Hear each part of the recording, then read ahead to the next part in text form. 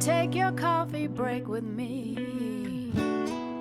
Come and take your coffee break with me. Come and take your coffee. Come and take your coffee. Come and take your coffee break with me.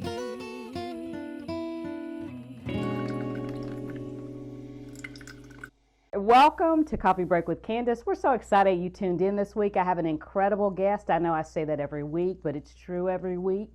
And she is going to introduce herself and tell us more. Thank you, Candace, for having me. I really, really appreciate you. And my name is Fareedah Shaheed. And what I do in very, very short terms is I help mothers protect their kids online.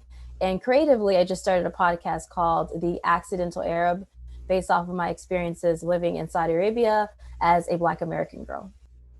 Oh my gosh, where do we begin? I'm so excited. Okay, so why don't you start where you want to start in terms of telling your story? So really the cybersecurity portion does actually start when I was in Saudi Arabia, because a lot of how I base my business today actually deals with the experiences I had in Saudi. So in short, I moved to Saudi because my father got a job there, and so we lived in like an American compound where most Americans were there. And it was a very interesting experience. There's a lot of more expats inside of the compound, but when I went to school, I was one of the only Black Americans there. There's a whole long story in there, but I'm shortening it. I'm shortening it real good. Well, no need to shorten it. I mean, honestly, I would love to hear more. This is so fascinating. So there was two sections of the school. There was an English section where the main language was English, and then we learned French. So kind of like here where the main language is English, and then many people take Spanish or Mandarin or something like that. And so the main school was all in English, but there was like French. But when I was there, my mother kind of felt like if I'm going to be in Saudi Arabia, I probably should know the language. I should be fluent in something else besides English. She was very adamant on that. So she pulled me out of that school and put me into an all Arabic language school. And then the language that everyone else learned was more like, it was English or French. So most people knew three languages: Arabic, English, and French. That was the standard. Most people at least spoke 2 to 3 languages, most likely 3. And so that's what I learned there at the school. And that's when I became one of the only Black Americans in that school. And it taught me to protect my space and understand my space. And what I mean by that is that because I was the only one, I was different. They felt like when I walked in the room, they didn't feel like I was an actual American, because in their head, an American was a blonde-haired, blue-eyed little girl. And what didn't fit my profile. I was like a dark-skinned girl, and I had my kinky hair, and I just did not fit the whole all-American image. And so I was ostracized, I was bullied. It was a really, really difficult period. I always had inner confidence, but that definitely rocked my center. And I had to figure out a space for me within that crowd, because usually you see in American movies where the most popular kids are the ones that look nice or they're, cheerleader or jock or whatever. But there it was based off of your tribe, it was based off of your family. And sometimes based off of how much money you had, but most likely your tribe and family, how influential they were, because most people had money in the school. And it was interesting because I just did not have a place there. So I decided to create a space for people who didn't have a space, people who were outcasts, people who they were bullied, they were too shy, they were nerdy or whatever. And we created our own space. And I now call this like the understanding space, where all of us understood that we're all human and we all can learn and grow. We're not building each other. We're not taking advantage of each other. And that ended up growing into, once I left Saudi Arabia and I came back to the States for college, that ended up being the foundational principle of what I did everything in my life with, right? So when I went to cybersecurity, I decided to focus on small businesses. I was in threat intelligence and security awareness. And threat intelligence is basically understanding what's going on in the cyber world. And security awareness is telling people how to protect their information, their money, their kids, their business, practical information. And I use the understanding space concept to teach people cybersecurity, because many people were outcasted from technology. You're saying, oh, you're too old for technology, or you're not technical, you must be dumb, you must be stupid, you're not understanding, or how can you not know how to protect your little online boutique, or how did a criminal or a predator go after your child, you should be a better mother. So it's those type of things that are narratives that are spoken in the tech community. And when I was in tech, I gave me flashbacks to my experiences in Saudi being an outcast. And so I was like, okay, this wasn't really conscious. I just kind of put puzzles together. You think when you look back at life, you put puzzles together. And I realized that I should create an understanding space for people who are non-technical, who wanted to protect their family and businesses online. And that was the foundation of my company. So that's long story short. Not really a long story. It's just very interesting how you took this experience that occurred early in your life, and from that created your business. Exactly. I mean, yeah, no, that's really, really amazing. So my experiences there was, the type of racism I experienced was very interesting, because I really felt a kinship with some of the stories I was listening to from the Jim Crow era.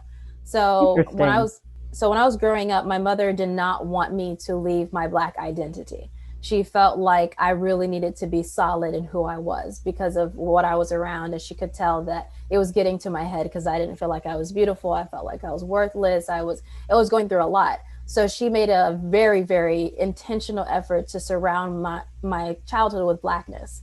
And so she would take certain things away from my childhood so that I didn't have a certain mindset. So for instance, in our house, we did not have Disney. There was no Disney princesses allowed in our house. She didn't want a concept of like some man coming in and saving damsel in distress and like fairy tale type thing. She just didn't want that in my head. I will say amen to that. Okay, carry on. Amen, right. So I never grew up with this fairy tale, and I actually was around real royal people. So I never thought that princess and princess was just like this, fantastical thing. They're just regular people who had a lot of responsibility because they got a lot of money, and they're in a royal family sometimes. And so my view of the world was quite literal and quite, it was not, fairy tales and all of that. However, I had a huge imagination. So I was always playful. I was always myself. And so she definitely put different books inside of my life where I learned about the first Black inventor of this, or the first woman to do this. So it was all centered around Black woman or Black experiences, and how I can see myself within that, and the power that we have as Black people. And I always knew that I could do whatever I wanted to do. Even though I felt a certain way about myself, I always knew that if I wanted to take whatever career path I wanted, I would be the best at that, because I can be. And that rooted myself through all the experiences of people not wanting to sit next to me because I was Black. People didn't want to touch me. They didn't want to share their school supplies with me. It was whole thing. And so that foundation within the household helped me get through school, because I had some inner pride. Even though I wasn't conscious of it, it was subconscious, which is why I believe that even if you're going through such a terrible time, if you have a foundation of confidence, or you have a household that's loving and caring, it helps you get through that and heal through it. And you're still affected by it, and it still hits you to the core, but you have a foundation to hold those feelings instead of all the walls breaking down. And that upbringing has tremendously helped me throughout my entire life, because when I walk into a room, I don't see that I'm young. I don't see that I have a scarf on. I don't see that I'm Black. I don't see that I'm a woman. I know that, but I'm operating in my own bubble. I'm like, I'm here to do something. I'm here to bring value. And so I'm not very conscious of it all the time. And sometimes that's good. Sometimes that's bad. It really depends on the situation. But I'm just more of, okay, what's my goal? How do I bring value? And then people go, oh, you're really young. And I'm like, oh, yeah, that's true. And some people ask me, they might ask me my age, and it'll take me a couple seconds to remember, because I'm like, that was the last time I thought about how old I was. So just living in a bubble. So at what point after college did you say, I want to have a cybersecurity business and I want to help moms protect their kids? Well, to be frank, it's the reality of corporate. Okay. Like I thought I'd be in corporate for 10, 15 years. I knew I was going to start a business. So one of the foundations my mother put in my life, my mother and my father, was starting a business. It was no question. Oh, wow. So Okay. it was you're going to do it. It wasn't even it wasn't forced, but it was just an expectation. It's kind of like how many people expect their kids to go to college. You're not thinking, or they expect their kids to finish high school. You're not thinking, oh, I'm being forced. It's just, that's a reality. You're going to finish high school. You're going to finish college. You're going to get a job. There's no question. So starting a business was just a no question. So if I said, hey, I think I like this water bottle. Oh, you can start a business on it. Or I'd be like, oh, I like this, but you can start a business. So I am living for that. So good. Whatever I said, she's, oh, that would be a business. That would be a business. And so anytime I got too caught up in the corporate world, she was like, okay, but remember, you have to start a business. You have to figure out where can you use your skills for something. And I used to get really annoyed in the first few years because I was like, I just want to focus on corporate. She's like, no, focus on corporate. Make sure you're doing really good on that. But also, in the meantime, still think about it, because it's better for you to think about the business when you don't need it than having to rely on a paycheck. Yeah. So she was like, just think about it now. She's like, you don't have to go file an LLC right now, but just at least think about it. She said, not today, but next week. Right. You're going to have to. Okay. Maybe I should have had your mom come on with you, because, oh my goodness, what an amazing influence. Wow. Oh, she's a powerhouse. She wrote like over 25 books. She's a powerhouse. And so, oh my goodness, yeah. She's just overachiever. A whole thing. And of course, she's been on me about a book too. She's like, wait, she's right. No, she's right. But oh my goodness, this is incredible. So she reminded you of the need for you to start a business. Your parents did. Correct. And it wasn't even in the horizon, because I felt like I was at that time when I first entered the corporate world, I was like 19 or something, 18 or 19. Oh my God. Yeah. I just feel like I've done nothing with my life. Like, no. Seriously? Yeah. I'm going to end this right now so I can start to work on me. Like, seriously? Wow. Okay. Yes, I thought, oh no, like I can't do that now. No one's going to take me seriously. In the security world, you need to have 10 plus years. You need to have all these certifications. You need to you have a master's degree, PhD. I just felt like you needed a lot. And so that was one of the biggest barriers for me. And I thought I need to be more technical. I need to be just bigger and better in everything. So I kind of put that in the back of my head. But then while I was working in corporate, I was teaching, doing lunch and learns. And I had different executives come up and say, no one has ever mentioned security or talked about security the way that you do. No one broke it down the way you did. No one has a passion for it like you did. Like, we really like what you're doing. Can you do it again? I had a lot of people pull me aside and go like, you don't belong here. And I remember one woman said that, and she said, I hope you don't take offense to that. I was like, okay, then I'm gonna take offense, because so like, I hope you're like, okay, what you gonna say? Why didn't you prepare for it? Who am I gonna rant to? You're like, you have the number, like what you say? Okay, let me rant.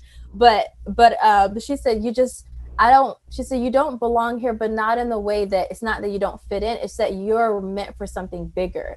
And oh, that's so powerful. It was wow. Really, this was before I even thought about my business. Like, I was even nothing. And she said, like, what you're giving corporate, they can't hold what you have, and you're meant to fly. And you have to do something bigger and better, because the world needs to see who you are, because you're going to make a lot of impact. And she said, I know that you think, oh, I'm really young and I got this, nice paying job, at least for being that young, nice paying job. And I'm here, and I'm one of the only Black, girls in this building, because it's full of, white guys.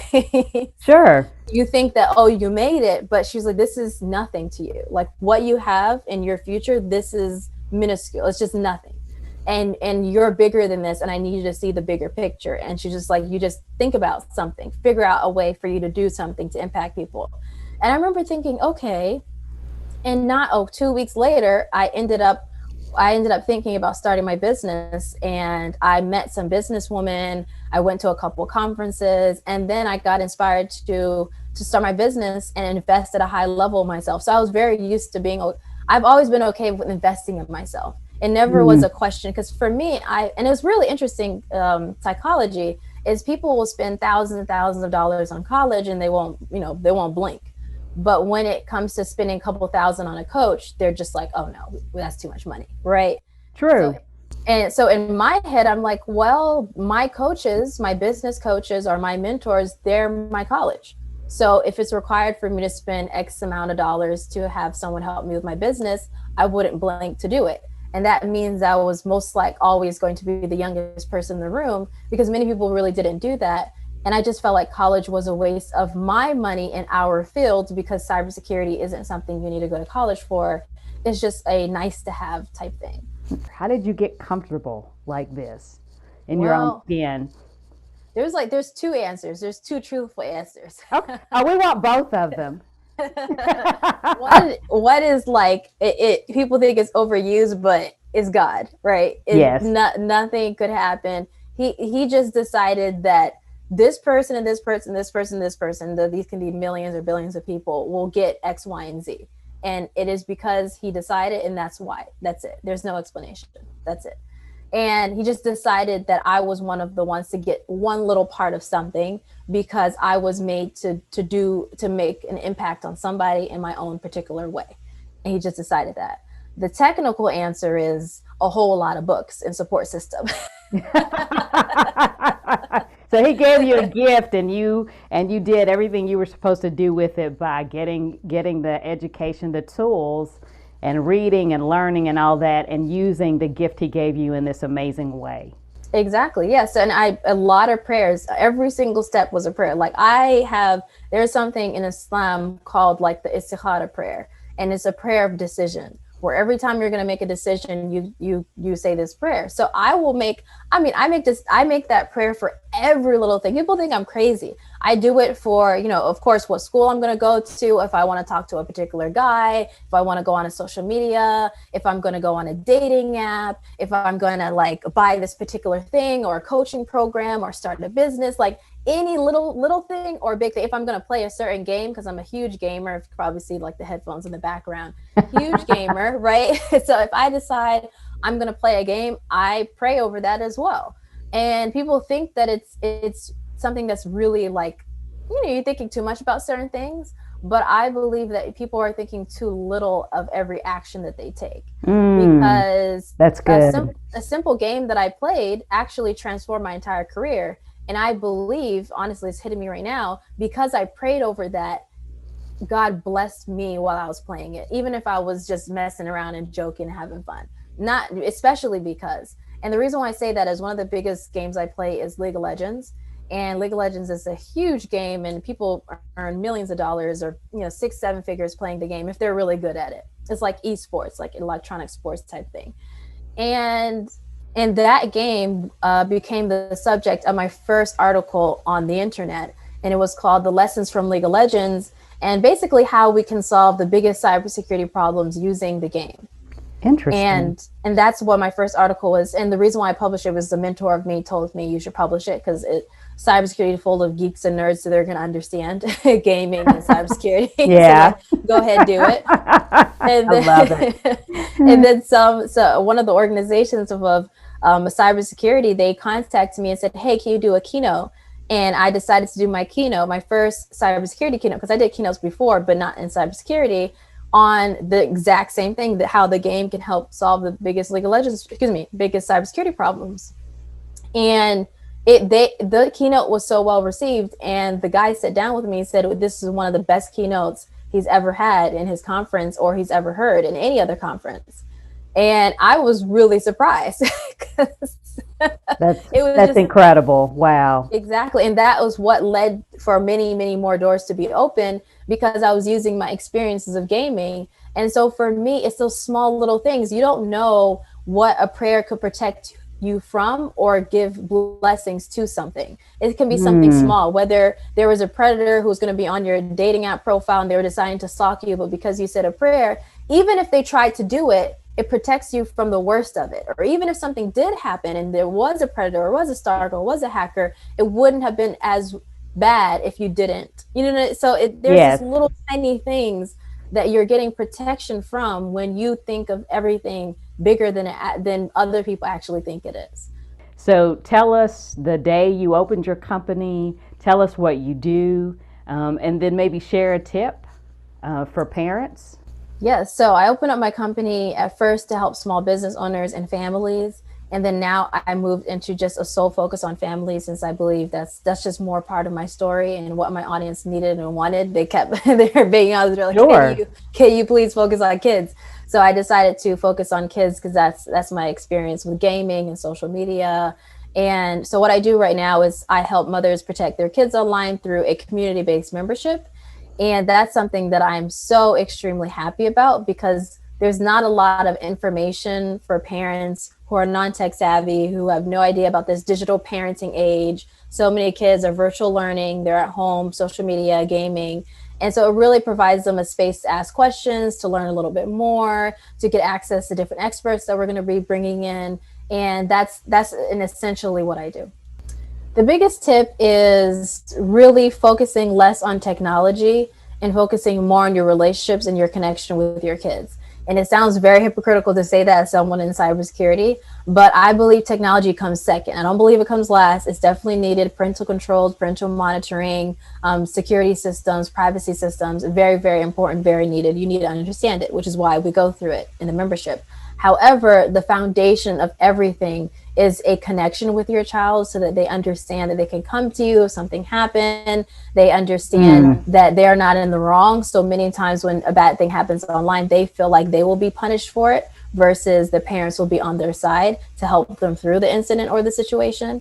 Understanding that the online world isn't a big bad world, it's just a world. So raise your kids the same way we raise them for the regular world, we raise them the same way for the digital world. And so because the digital world is kind of seen as this different thing, we're not really viewing it as a portal, but it is a portal. You're going to meet other people. You're going to go down the street, so to speak. You can buy other things. You're going to go to different places. So it's important to kind of have a mindset of we're preparing them for two different types of worlds. And you can put it together, but never put digital to the side. And I definitely would say that to prioritize having a talk with them, to have the tech talk. So similar as we have the birds and bees, you need to have the tech talk. No, that's really good.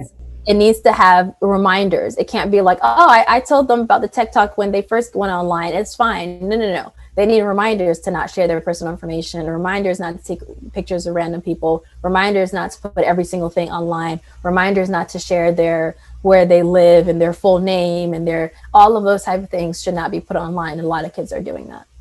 Are they really? Oh yes, 100%. Sharing their passwords, it's a lot.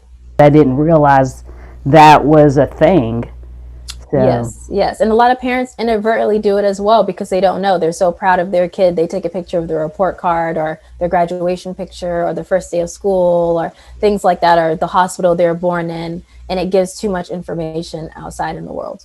Is there anything else you'd like to share? For my company, if people want to learn more about it, they can go to safekidsmovement.com and they'll learn a little bit more about what's there and what they need to be aware of. Right now, it's one of the most important times to start thinking about security and safety for your kids, because the online crimes against children have doubled since the pandemic.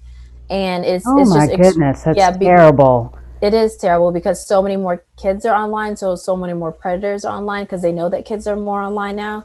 And it's not just about gaming or social media. A lot of these predators or hackers are actually trying to get into virtual learning systems as well. And they have done that to many different classrooms and kids. So even if your kid is not gaming or they're not on social media, this affects them as well. That is scary to think of them infiltrating the virtual learning centers. I mean, I had no idea. I mean, oh my goodness. Oh no, yeah, it's not, and many people don't know. Like, it's something that it's a whole completely different world. And it's similar to, that's why I say we have to view as a world, because when we most of us would not let a 3-year-old kid wander the streets at 12 a.m. in the morning. True. To go get chocolate or something at a liquor store or something. We just wouldn't do it, because we know like no one would do that. But we do the same thing when they're online. And we forget, because it's a world, it's a portal, it's a virtual, and in many aspects, many of these worlds actually have these characters that walk about a certain world and meet other people. And they are doing it at 12 a.m. at night, 12 a.m. in the morning, or 3 p.m. in the afternoon. It doesn't really matter. It's a portal. And I don't say this to say the online world is terrible. It actually, like I said, is a world. So you're going to meet some really nice people. There's going to be, the nice neighbor. There's going to be someone who's going to change your life. There's going to be a teacher that's just fantastic. So it really is. 99.999% of the people that have changed my life today, I have all met in the online space, each and every one of them. Amazing. So I never say that the online world is a bad place. I just say you want to, don't do it unsupervised. And if you do, that means that they're older, they're mature, they're on their own way, they're about to go to college. You know, you're already releasing them in the real world. You can release them in the digital world. That's just such Fareedah, thank you so much. It's such incredible information. Wow. I have to breathe after that. Like, oh my goodness. Definitely. Yes. Yes, really. But I also want to hear about your podcast. I'm totally geeking out about that. Tell us more. The podcast is called The Accidental Arab, and it is based off of my experiences growing up as a third culture child in Saudi Arabia. And it's not just going to be my own story, even though the first few episodes will be. However, very, very soon, actually, I'll be bringing guests who have, whether they lived in Saudi Arabia, but they have a third culture experience and they have a different view. And it allows them to, it created a world where they didn't know where they belonged. And so we're going to be talking about their stories. Wow. We're going to switch topics, and we're going to do my segment called Who Said That, where I will give you a quote and a clue. And if you can tell me who said that, I will donate a modest amount to the charity of your choice. Sounds good. And so the quote is, creativity is intelligence having fun. Ooh. I'm going to borrow, I don't know who said that. So I'll borrow that quote. Okay. Creativity is intelligence having fun.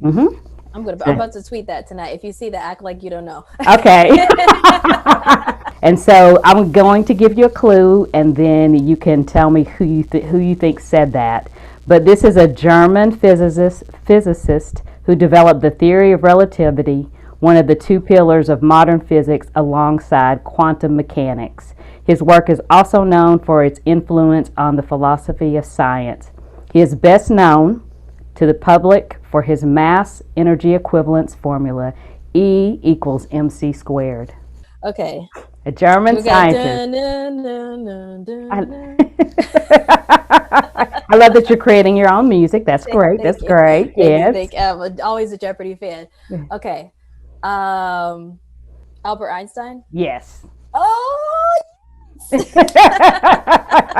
So any final words before we wrap up? Final words, you're absolutely awesome. I appreciated this interview. And to everyone else who's listening to this, to not overwhelm yourself with the cyber world, to take it step by step. There are people here to support you, to give you guidance, whether it's me, whether it's someone else. I'm not jealous as long as you get the information, as long as your family is protected and safe. That's what I care about. You do not have to overwhelm yourself. Rome wasn't built in a day. Step by step, 75% secure is better than 10% secure because you're overwhelmed.